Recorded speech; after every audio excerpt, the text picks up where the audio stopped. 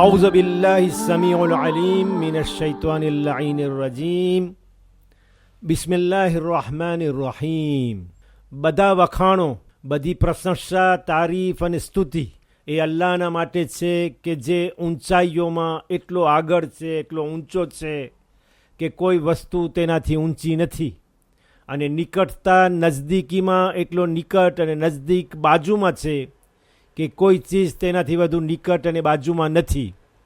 Allah est si grand que nulle chose ne peut atteindre sa grandeur. Allah est si proche que nulle chose n'est aussi proche. અને અગણિત બેહિસાબ વધુમાં વધુ સલાવાતો સલામ અને દુરૂદો થાય તેના બંદા અને તેના રસૂલ કે જે રહેમત બનીને બધી દુનિયાઓ માટે આવ્યા છે, તેમજ તેમની પવિત્ર ઔલાદ માસૂમ અહલે બેત અલૈહિમુસ્સલામ ઉપર. આજ બુધવાર તારીખ 2 એપ્રિલ 2014 2 એપ્રિલ 2014ના જમાદિઉલ આખરની પહેલી તારીખ શરૂ થઈ રહી છે. આપ સર્વે ખોજા ટીવી રેડિયો અને એરવેસના માન્ય શ્રોતાજનોને કહીએ છીએ અસ્સલામુ અલૈકુમ વરહમતુલ્લાહી વબરકાતુહુ. આ સમાચારના કાર્યક્રમમાં બે અખબારો લે કોતિદિયન અને જોર્નાલ de l'Île લઈને અમે હાજર થયા છીએ, અને તેમાંથી આપ લોકો સમક્ષ સમાચારોનું અવલોકન પેશ કરતાં રિવ્યુ de પ્રેસ અમને આનંદ થઈ રહ્યો છે. આ કાર્યક્રમ જે ખોજા ટીવી રેડિયો રેવિન્યુન સેન્ડોનીથી આપ સાંભળી રહ્યા છો, ભલે પધાર્યા આપ લોકોને કહીએ છીએ. અને તરત જ સમાચારોની અંદર ફ્રાન્સથી શરૂ કરીએ છીએ. ફ્રાન્સ માતાની જમીન ઉપર પગ મૂકી અને ત્યાં ખાતે મેન્યુએલ વાલ્સ સોમવારના નવું સરકારી શાસન ચલાવવા પ્રીમિયર મિનિસ્ટર તરીકે, વડાપ્રધાન તરીકે નિમાયા છે. પોતાની માતિનીઓમાં આવેલી ઓફિસમાં ખુરશી સંભાળી લીધી છે. સોશિયાલિસ્ટ પાર્ટીને નગરપાલિકાની ચૂંટણી ઇલેક્શન મ્યુનિસિપાલમાં થોડી હાર મળવાથી આ ઘટના સામે આવી છે કે ઝાં પોલ એરો પોતાની ફરજમાંથી પ્રીમિયર મિનિસ્ટર વડાપ્રધાન તરીકેના હોદ્દાથી અલગ થઈ ગયા. અને ત્યાંથી આપણે આ સમાચાર શરૂ કરીએ. ફ્રાન્સને ભાગ્યવાન થાય, બોન શાન્સ આ લા ફ્રાન્સ, એવા છેવટના શબ્દો ઉચ્ચારી ઝાં પોલ એરો પોતાની જગ્યા મેન્યુએલ વાલ્સ તેમના ગૃહપ્રધાન મિનિસ્ટર de l'Intérieur સોંપી આપી. ફ્રાન્સના રાષ્ટ્રપતિ ફ્રાન્સવા હોલાન્દ તેમને ચૂંટ્યા છે.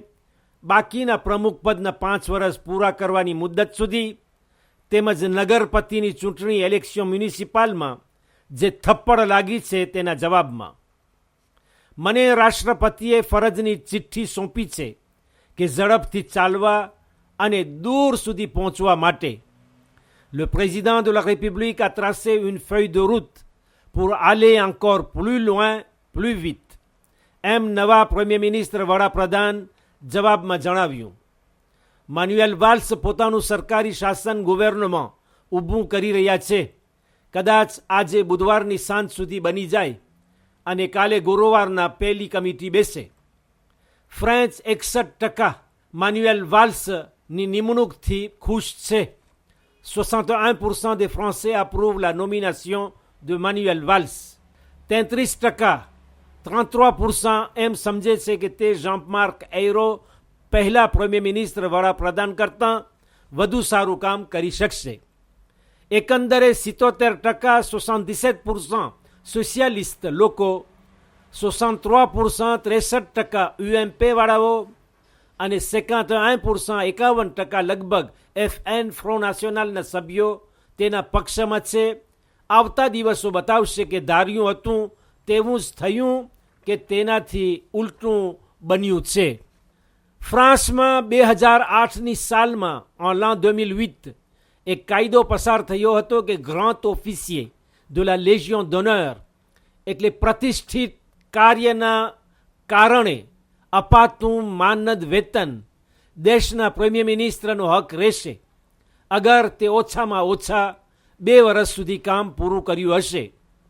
ઝાં-માર્ક એરો પ્રીમિયર મિનિસ્ટર વડાપ્રધાન ફક્ત 1 વર્ષ અને 10 મહિના પોતાના હોદ્દા ઉપર રહ્યા છે. હક મેળવવા માટે 2 મહિના બાકી હતા. Georges Pompidou, avril 1962 à juillet 1968, એટલે એપ્રિલ 1962થી લઈને જુલાઈ 1968 સુધી 6 વર્ષ 2 મહિના અને 26 દિવસો પ્રીમિયર મિનિસ્ટર વડાપ્રધાન તરીકે રહ્યા છે. પરંતુ તેમનું સરકારી શાસન ગુવર્નમેન્ટે 6 વખત બદલ્યા હતા. તેના પછી બીજા નંબરે આવે છે લિયોનેલ જોસ્પિન, કે જે juin 1997 આ મે 2002, જૂન 1997થી લઈને મે મહિનાની 2002ના સાલમાં ત્યાં સુધી કુલ 5 વર્ષ પ્રીમિયર મિનિસ્ટર વડાપ્રધાનનો પાવર પકડી રાખ્યો હતો. ત્રીજા પ્રીમિયર મિનિસ્ટર વડાપ્રધાન રેમોન બાર છે, કે જે août 1976 à mai 1981, ઓગસ્ટ 1976થી લઈને મે મહિનાના 1981ના વર્ષ સુધી, આમ લગભગ 5 વર્ષની આસપાસ રહ્યા છે. બાકી ઘણા પ્રીમિયર મિનિસ્ટર થયા છે આ 5મી લોકશાહી રાજ ફ્રાન્સની અંદર 5મી રિપબ્લિકમાં, પરંતુ બાકીના તે સિવાય 5 વર્ષથી ઓછી મુદ્દત આ સત્તા સ્થાન સંભાળ્યું હતું. યુક્રેન. રશિયાના પ્રમુખ વ્લાદિમીર પુતિન યુક્રેનની સરહદ ઉપર આવેલા તેના લશ્કરને ખસેડી આપતા લશ્કરી દબાણને ઓછી કરી રહ્યો છે. રાહત મળે તેવી આશા સેવાય છે. ભલે રશિયા અને અમેરિકા વચ્ચેની વાતચીત કે જે પારિસ ખાતે ચાલે છે તે નિષ્ફળ જાતી હોય. આશરે 20,000 સિપાહીઓ 20,000 સોલ્ડા રશિયાની ફોજના ત્યાં હાજર હતા. એમ લાગતું કે તેઓ યુક્રેનના રાજ્યના પૂર્વ દિશા ઉપર, યુક્રેન ઓરિયન્ટલ ઉપર આક્રમણ કરશે, કે જ્યાં વધુ ભાગ્યે રશિયાની જબાન ઉચ્ચારે છે. જેવી રીતે ક્રિમેના પ્રદેશમાં કર્યું એવું જ આ સ્થળે થાય એવું અનુમાન થતું હતું. ક્રિમેનો દ્રશ્ય નજરે પડતો હતો. રશિયાનો પ્રીમિયર મિનિસ્ટર વડાપ્રધાન દિમિત્રી મેદવેદેવ ગઈકાલ ક્રિમેના પ્રદેશમાં સફર કરી રહ્યો હતો. તે ક્રિમે કે જે એક દ્વીપકલ્પ પેનેસ્યુલ de la mer Noire, કાળા સમુદ્રમાં આવેલી જમીન છે, કે જેનો એક ભાગ યુક્રેનથી જોડેલો છે, જ્યારે કે 3 ભાગીઓ દરિયામાં છે. 3 અઠવાડિયાની અંદર એક સ્વાયત્ત પ્રજાસત્તાક રાજ્ય રિપબ્લિક ઓટોનોમમાંથી રશિયાની ફેડરેશનને વશ થઈ ગયો. રશિયાની સરકારી હુકુમત નીચે આવી ગયું. ફેડરલિઝમ યાને કે રાજકીય દ્રષ્ટિથી સંયુક્ત એક જ, પણ આંતરિક ઇન્ટેરિયર બાબતોમાં સ્વતંત્ર ઇન્ડિપેન્ડન્ટ દેશના બધા રાજ્યોને એકત્ર કરી મોટું રાજ બનાવવું. મોસ્કો અત્યારે દેશના બધા રાજ્યોને એકત્ર કરી મોટું રાજ.